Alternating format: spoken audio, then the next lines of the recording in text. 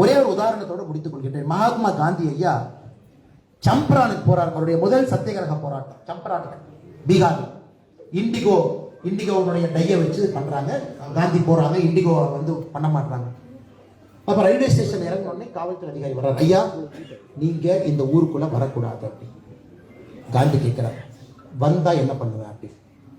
அந்த போலீஸ்கார்ட்ட இதுவரைக்கும் பிரிட்டிஷ் இந்தியால யாருமே வந்தா என்ன பண்ணுவேன்னு யாருமே கேட்கல. வந்தா என்ன பண்ணுவேன்னு கேட்கறாங்களே. ஒரு 10 நிமிஷம் யோசிச்சுட்டு இருக்கும்போது கூட்டம் எல்லாம் சேர்ந்துருது. எல்லாம் காந்தியை வர்றாங்க, மாட்டோடியில் உட்கார வைக்கிறாங்க. நேரம் இழுத்துட்டு ஊருக்குள்ள இங்கேயும் போறாங்க. போலீஸ்காரனுக்கு என்ன பண்ணு தெரியாம காந்தியை பிடிச்சி இழுத்துட்டு கோர்ட்டு கூட்டிட்டு போறாரு.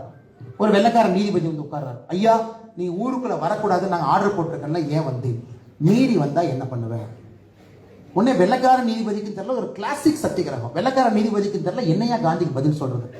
சிறையில வைப்பேன் அப்படின்னு. சிறையில வச்சா திரும்ப வந்து போராட்டம் பண்ணுவேன், மறுபடியும் சிறையில வைப்பேன், மறுபடியும் வந்து போராட்டம் பண்ணுவேன், மறுபடியும் நான் போராட்டம் பண்ணுவேன்.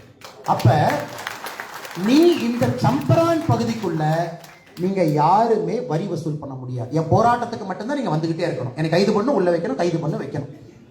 எந்த விதமான அரசு வேலையும் நீங்க யாரும் செய்ய முடியாது. எனக்கு கைது பண்ணு, வைக்கணும், கைது பண்ணு, வைக்கணும். அந்த நீதிபதி மகாத்மா காந்தி கிட்ட 1 மணி நேரம் வாதாரம் பண்ணி சொல்றாரு, ஐயா, தயவு செஞ்சு இதை ஆர்டர் போட்டு நான் நிறுத்த சொல்லிடுறேன், நீங்க ஊரை விட்டு கிளம்புனா போதும். அதுதான் சம்பரன் சத்தியகிரகம் நம்ம சொல்றோம். சத்தியகிரகத்திலேயே ஒரு மிகப்பெரிய சத்தியகிரகம் சம்பரான் சத்தியகிரகம். அதாவது ஒரு மனிதாபிமான அடிப்படையில் எதிர்த்து நின்றாரு காந்தி. இன்னைக்கு ஊர் மக்கள், இடுவாய் மக்கள், நீங்க அதை செய்யணுங்கம்மா. கோர்ட்டு வேலையை, பசுமை தீர்ப்பாய வேலையெல்லாம் எங்க பொறுப்பு, நாங்கள் அதை செய்யறோம். செல்வராஜ் எம்எல்ஏ தோக்கடிக்கணும், தினேஷ் மேயரை தோக்கடிக்கணும், எல்லா திமுக கவுன்சிலரை தோக்கடிக்கணும். இதை இடுவாய் மக்கள் ஒரு ஐயா இங்க இருக்கிறாங்க, ஐயா நினைச்சாரு அதை கண்டிப்பா செய்ய முடியும். அதனால இதை நம்ம தோக்கடிக்கிறோம்னு தான் சொல்றோம். எந்த கட்சிக்கு நம்ம ஆதரவு கொடுக்கலீங்க ஐயா. நீங்க கிராம மக்கள் அதுக்கெல்லாம் பயந்துக்காது. நீ தோக்கணும், யாருக்கு நாங்க ஆதரவெல்லாம் கொடுக்கல, உன்னையே நாங்க தோக்கடிப்போம் அப்படின்னு நீங்க களத்துல இறங்கினாவே ஒரு பெரிய மாற்றம் திருப்பூர்ல எல்லா பகுதியிலும் வருங்க ஐயா. இவங்க பொட்டாட்ட 3 மாசத்துல எல்லா விஷயம் ரிப்பேர் பண்ணுவாங்க, எல்லாத்தையும் சரி பண்ணுவாங்க. நிறைய குப்பை போடுறவங்கள ஃபைன் போடுவாங்க. அவங்க இவங்களா 1000 கோடி பிசினஸ் பண்றாங்களா, 5000 கோடி பிசினஸ் பண்றாங்களான்னு யாரையும் பார்க்க மாட்டாங்க. திருப்பூருடைய குப்பை திருப்பூருக்குள்ள சுத்தம் பண்ண ஆரம்பிக்கும் பொழுது மட்டும்தான் முதலிபாளையமாக இருந்தாலும் சரி, சின்னக்காளிபாளையமாக இருந்தாலும் சரி, நீங்க தப்பிக்க முடியும். நாங்கள் சொன்னபடி நாளையிலிருந்து எங்கள் வேலையை நாங்க செய்யும். அரசியல் கட்சி எங்க வேலையை நாங்க செய்யும். பெட்டிஷன் கொடுக்கறது, மனு கொடுக்கறது, சண்டை போடுறது எல்லாம். ஊர் மக்கள் கட்டுக்கோப்பாக உங்கள் வேலையும் 15 நாள் செய்யுங்க. மாற்றம் வருதா இல்லைன்னு நீங்க பாருங்க. மாற்றம் வருதா இல்லைன்னு பாருங்க. அதனால் இதற்கு தீர்வு எல்லோரும் இணைந்து தார்மீக அடிப்படையில் ஜனநாயக உரிமையோடு இதை செய்வோம்.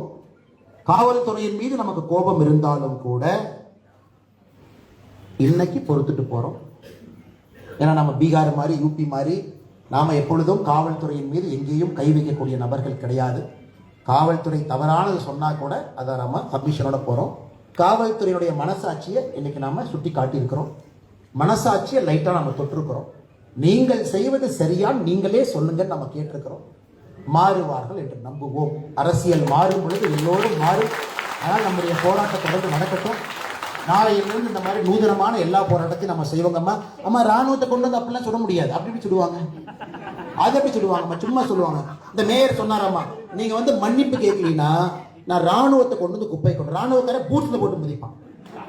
இந்த மேயருக்குலாம் மரியாதை கொடுக்குறாங்க, ராணுவம் இருக்கு. இவங்க மிரட்டும் போது மேயர் சொன்னது, நீங்கள் எனக்கு மன்னிப்பு கேட்கலீங்கன்னா ராணுவத்தை கொண்டு வந்து குப்பை கொட்டுவேன். பார்டர்ல இருக்கிற ராணுவ அதிகாரி இந்த திருப்பூர் வணக்கத்துக்குரிய மேயர் தினேஷ் கூட்டணி கிளம்பி வந்து குப்பை கொட்டுற கூட வருவாங்களா? அதெல்லாம் நீங்க பயந்துக்காதீங்க. அதெல்லாம் மிரட்டுறது, அதெல்லாம் நீங்க பயந்துக்காதீங்க. நம்ம வேலையை நம்ம செய்யணும், உணர்ச்சிகரமாக செய்யணும், ஜனநாயக அடிப்படையில் செய்யணும்.